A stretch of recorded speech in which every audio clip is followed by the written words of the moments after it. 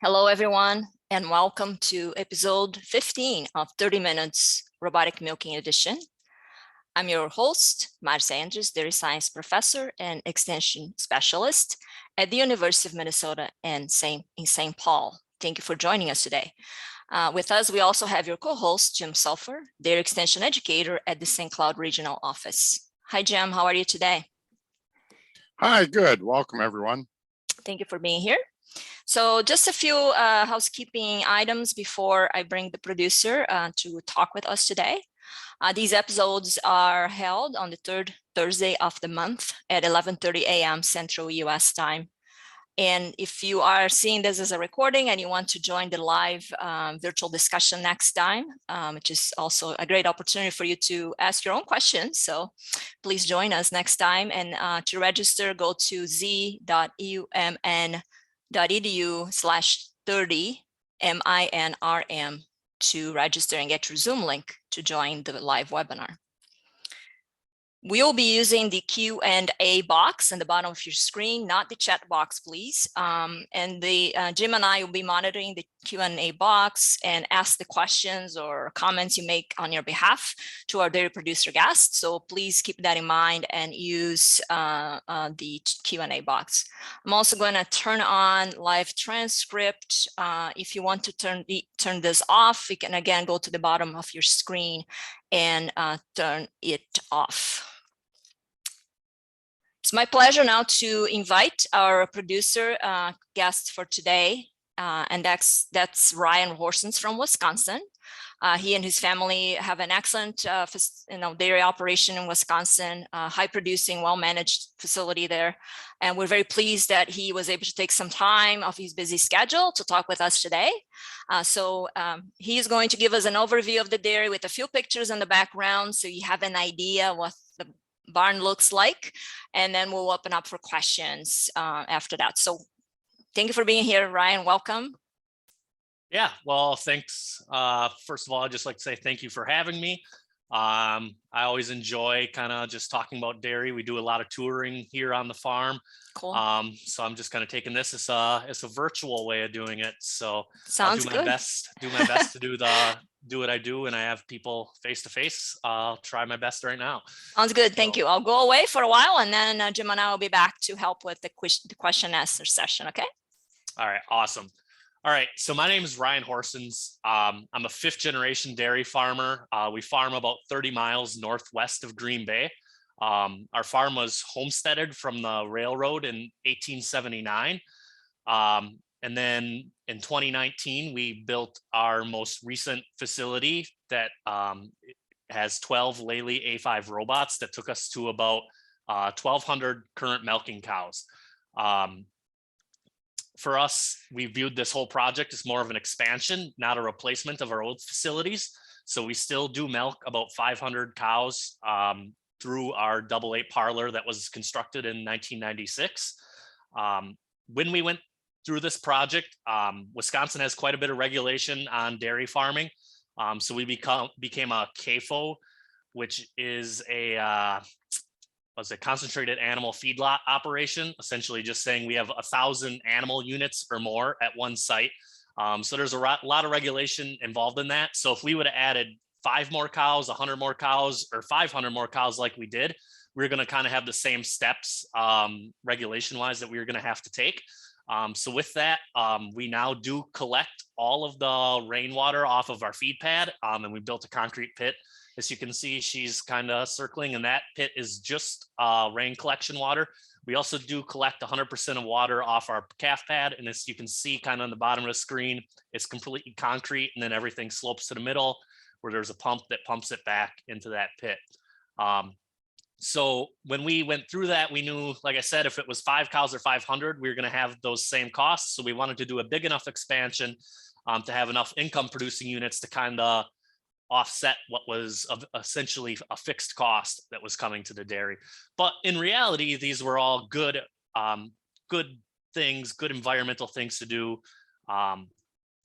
When you do see the water that is in that leachate pit, you say, okay, maybe there is something to why we're collecting this.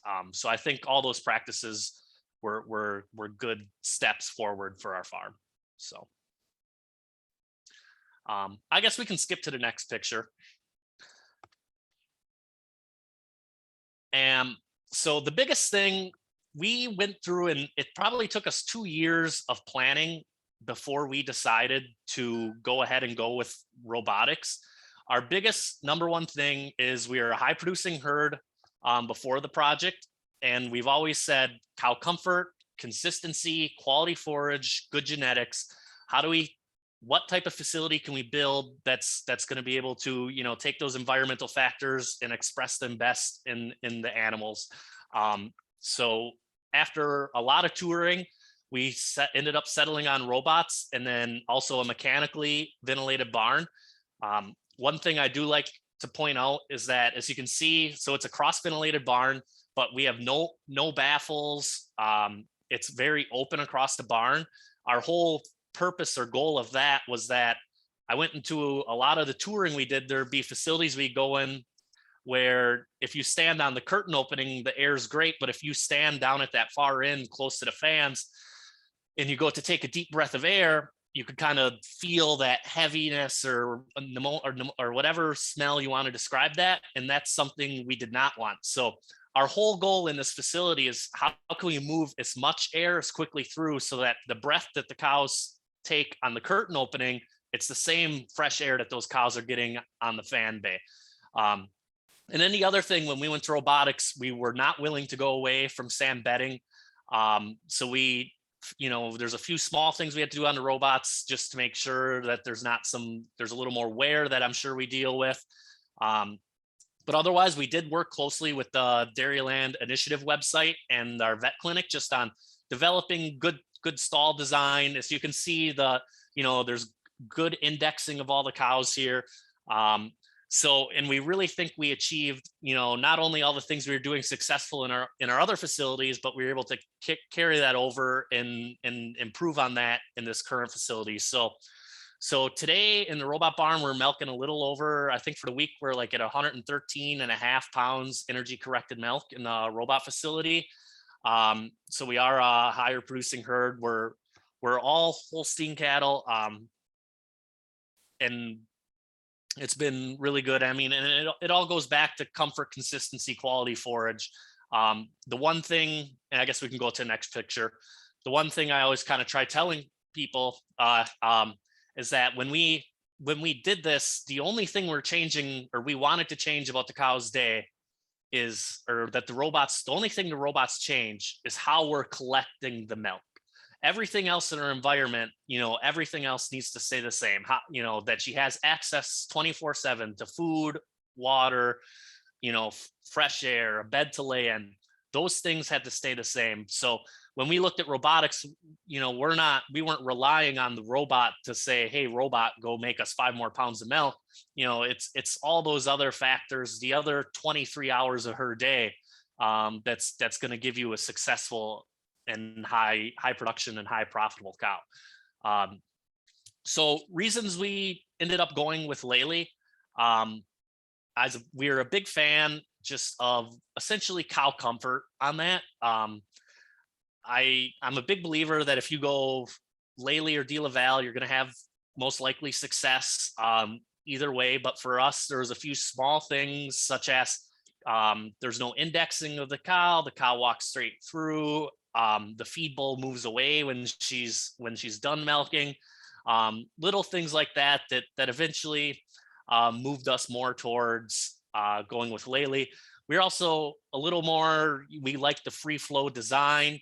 And so kind of people always talked about the negatives of free flow would be a lot of increased fetching.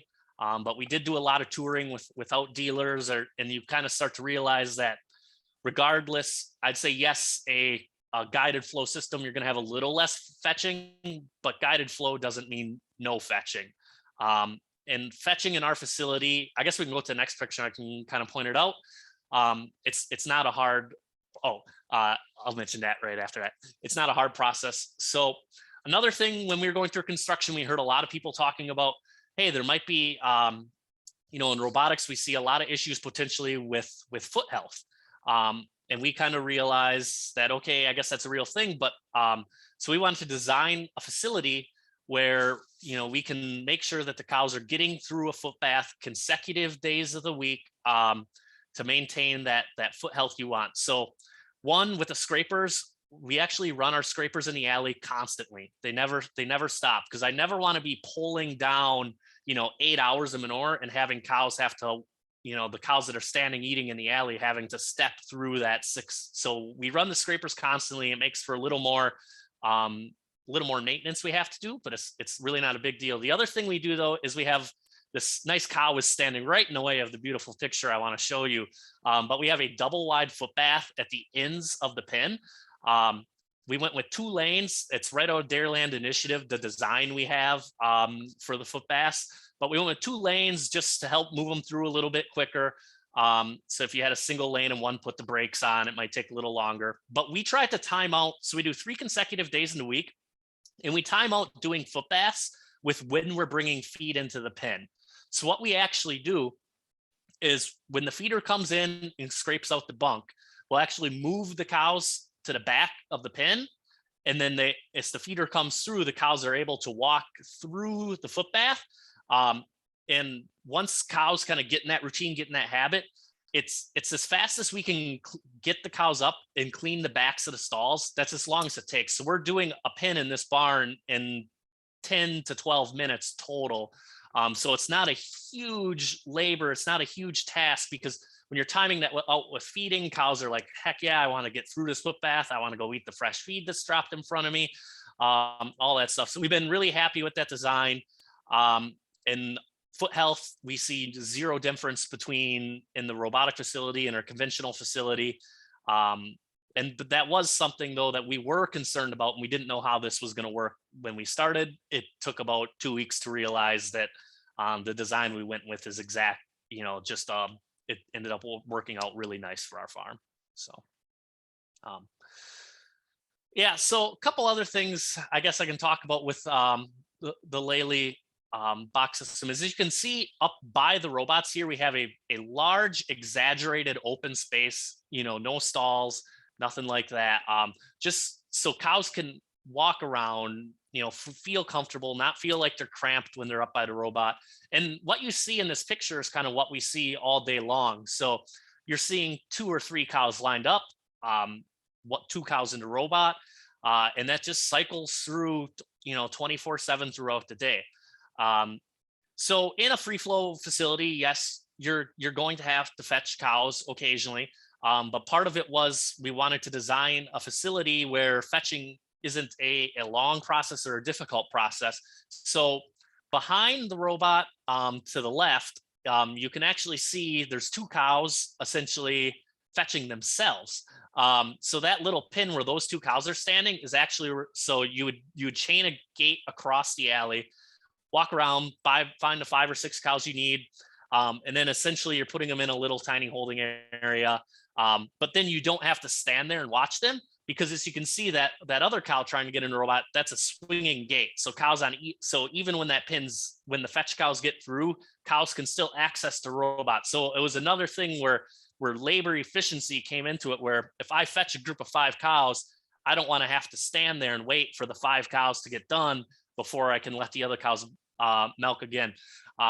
You'd think this seems like very straightforward and should be common practice, but I see it over and over again where that's not. So I always forget sometimes to talk about that, but it is important that when you think about designing that fetch pen, that you're thinking of those cows and making it labor efficient. Other little just cool, unique things we did on the building construction itself, they're actually poured concrete walls, and then we have an overhang over the robots. Just with milk testing or like approving a robot facility, you need to have the box with an overhang on it. So we actually just designed it where the building itself, the roof overshot the box, and that counts as our roof. I just think it looks for a aesthetically pleasing barn, I guess. There's no real actual benefit to it, but it is nice with the little light. And this picture we've been in the facility since December of 2019, and this picture was taken a week and a half ago. So as you can see, we do keep it neat and tidy, and that's just a compliment to the people we have working in there. So people ask us a lot, how do we staff the facility? So actually, in theory, or technically, not in theory, technically we do have someone in the robot barn 24/7, or someone that's working in the robot barn. That doesn't mean that they're fixing broken robots or fetching cows all day long. The nighttime guy actually does all the calvings for the entire facility. The daytime guy, he's the guy doing all the little scheduled maintenance things, some greasing, some other little, he's the guy bringing them through a foot bath. So we do have an employee that's working in the barn 24/7, but they're not working with the robots 24/7. We quickly found out, hey, we're going to have to find a lot of other stuff for this guy to do. But we do think that's important because, regardless of having robots, just with cows being in their own environment, let's say a cow kicks a teacup, and it kind of bends over and the robot can't correct it. That's technically an emergency call because, the guy just has to go there and grab it and put the teacup up correct. But that's going to, on a facility with 12 robots, that's going to happen once a day where someone needs to be there. And it's nice if it's 2 a.m. that's not me every single day having to get that phone call. And we do fetch more aggressively on our farm, but that's part of our goals, that we're not going to let cows get out to 14 hours. We're 113 pounds energy corrected. I think last month we were 7.52 pounds of solid ship. And our goal, we kind of talked about it, and it's a little bit of a joke, but of long term, we do want to get to 8 pounds of solid ship per cow per day.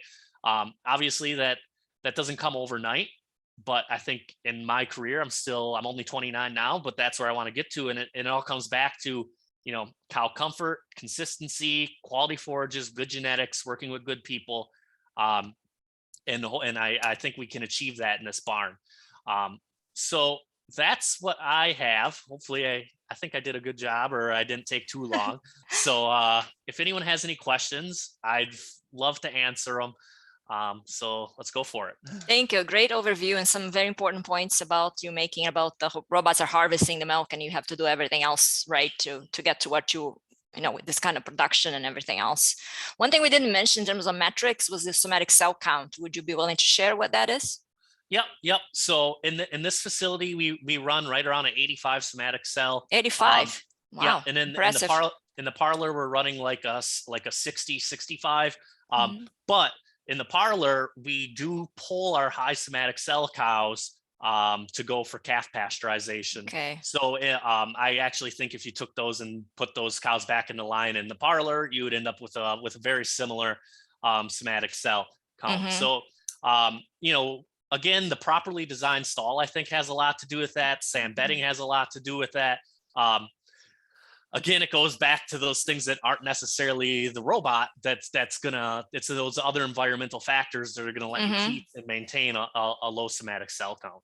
Right. That's excellent. And just one final couple of questions that are related to design before we get into the question and answer just starting to come.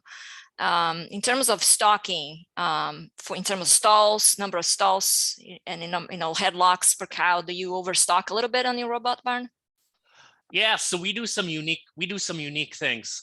So we actually run in the robot facility. You're getting on to my favorite thing to talk about. Okay. So we actually, one of the biggest challenges we had, and we were afraid of, I'm going to do the 5-minute answer. Sorry. The biggest challenge we knew going into it was going to be feeding, because in a conventional parlor facility, and you say you want a 60% forage diet, all you do is you make that TMR, you drop it to the cow, and she gets a 60% forage diet regardless. Every bite she takes, it's 60% forage. In a robot facility, if you have a fresher animal at peak milk, let's say she's milking 150 pounds, so 150-pound cow, she's early lactation, she could be getting 15 pounds of grain. But if in that same pen you have a 200-day carry calf cow, and she's starting to tail off on her lactation, she's right about to dry off, she's only getting 4 pounds of pellet. So if one cow's getting 15 and 1 pound's getting 4, the cow getting 15 pounds of pellet, she might be eating a 30-some% forage diet. The cow eating 4 pounds of pellet might be getting an 80% forage diet. So we kind of went with, and we actually have pregnant pens where it's just all about getting that gap, that to a smaller gap. So instead of having a 35% to a 75% forage, how can we narrow that up to get closer to what the average cow eating what the paper diet is saying? So on those pregnant pins, we'll actually run 75 cows per robot. And then on the fresh pins are normal. I hate calling them high and low pins, but Okay. I guess you call them the high pins. You know, they're running more towards 55 cows a robot, maybe even a little bit less, but those cows are higher in lactation. They're going to be getting more milkings per day. But it really helps us more target feed for what that animal needs based on her stage of lactation and her production status. That's interesting because most people don't do the groupings like you are in robots. So that's interesting approach, different than most people. So thank you for sharing that. Jim, do you want to ask the first question? I think it has to do with solids here. Yeah, will you eventually the question I've got is, will you eventually replace the parlor with additional robots? Yeah, great question. That's in the chat. I'm looking in the Q&A. Oh, don't look at chat, guys. Please use the Q&A. We're not going to monitor the chat, so please use the Q&A box. All right, great question. Would we eventually replace the parlor? So what we say every day is we would tomorrow double this barn and flip it out and build more robots. We don't see a world where we would get rid of our parlor. And that's because of fresh animals. And I didn't touch on this because we only have 30 minutes, but we milk all our fresh animals through the parlor. And it essentially becomes a labor efficiency thing, because if you take a fresh heifer and it's their first time getting her udder touched, regardless of what facility you're in, it's a new experience for her. It's not the easiest thing. So if I can do all 8 of my fresh heifers at one side of the parlor, I can do that in 10 minutes. If I do that, if I take 8 cows in the robot barn, it takes 10 minutes per cow. That's 80 minutes 3 times a day. So it's more of less a labor efficiency thing. And not all cows are going to conform. If I have an old cow milking 150, but her rear teats want to do this, she's a beautiful cow. I want her in my herd. She's a profitable animal. And it's greatest, and I've been impressed actually with how good the robot does on attaching reverse tilt and close teats. Not all cows work in that, and I think I could not take culling a high producing cow because of that reason. Okay, so that's again a slightly different approach, but of course everybody does this different. That's why we have these discussions, because it's kind of nice. We learn from different producers doing different things, and that's the beauty of dairy, because we have flexibility to do things differently. Yeah, so One other like thing, that. I got barge in. One other thing on the so in our parlor we do have milk speed. So that is udder conformation and milk speed are the 2 things that we use to decide who's going to go to what facility. So we can get that. If she's a really slow milker, we're gonna say, okay, let's just keep her back at the parlor for her life. So it's kind of a luxury that you have, so to speak, of selecting your best cows for the robots. So that's nice to have the option, right? So you stated, let's see if I can understand the question. You stated 7.25 pounds of solids per cow per day. How many solids per robot per day? And quickly, what is the backward math to cows per robot per day? I don't know if you understood the question very well. You can see that question too, right? Yeah, I think it was really about milk per robot is ultimately the question, right? Oh, milk per robot. So I mean, that's kind of what you're getting at. How many cows? Well, I was talking about solids per robot. There? Solids or solids per robot. Do you know the solids per robot per day? I got. Okay, I'm gonna hit escape on my keyboard, and I hope I don't exit out of this. So okay, we're good. I'm just gonna pull this up while we're talking. If I go away, somebody just yell at me. Or no, actually, you're still here. You're still here. So we're good. All right, perfect. I believe we're right around 6,300 pounds per box robot per day. Average. On average, we have 6 robots that average 7,000 pounds per box per day. But then we have our heifer robots where they're only at 5,000 pounds per box per day. So when you average that out, it ends up being like 6,300 pounds per box. Okay, gotcha. Okay, that maybe what the question was about. Jim, next question is more about comparing. Could you ask that question, please? So when you're comparing Lely and DeLaval, you mentioned indexing. What were your negative comments about indexing? Why didn't you like it? Okay. Yeah, I mean, for me, and this is personal. It's not that I have some big negative about it, but I'm a big believer of well, there's a long story of meeting a guy from up in Canada, and he like custom fitted his De La Valle robot. We have typically a little bit bigger cow, and he's like, oh, I had to do this, this, and this, and it was no big deal. But that's, I guess for me, it's just what's right and it's not, I'm not saying something's wrong, but for me, I just like that. I don't like, it's not squishing, but it's just for what I feel, so I guess that's, I don't have a negative against it, but when it was on my farm, that's, I preferred it to not index. So, and Do in the you parlor, we have index? indexers. Do you index in your parlor? Because most Yeah, parlors yeah. index. Yeah, we do. Like I said, it was like, that's a small part of it. There's some stuff with like reliability and stuff that I didn't get into. And we actually had the opportunity to sit down with the CEO of De La Valle before we went with this facility. Met with them down in Madison, sat down with them and asked them some questions. And like I said, I think we'd be successful in either blue or red. But ultimately for our family, we decided that we were going to go with red. So I think it's less the color of the robot and more the management of the people around the facility at the end of the day. Yeah, it's so true. You need to manage, right? Very, very good point. So quickly here, a couple of questions. One is how many milkings per cow per day, and how is the free time? How much free time you have in the robot? Yeah, so I think we're like right 2.8, 2.9 milkings per day. It kind of flips between there. Herd might get a little fresher, a little drier. And then free time, we'll run that below 10%. Well, we'll push it down towards 8%. The reliability of the robot has been, it's surpassed our expectations, I guess. So we're not afraid to run that free time down a little bit lower. I think when you get in trouble is if you were having a lot of downtime. That's when you'd start running into a lot of trouble if you had a low free time. So okay. Jim, next question has about configuration, if you want to ask that one. Why the configuration of L in robots and not in another configuration or 1 or 3 what do you have? I don't know if you commented on that. Robots per pen, 2 robots per pen in an L configuration. Why that versus a different configuration really is a question.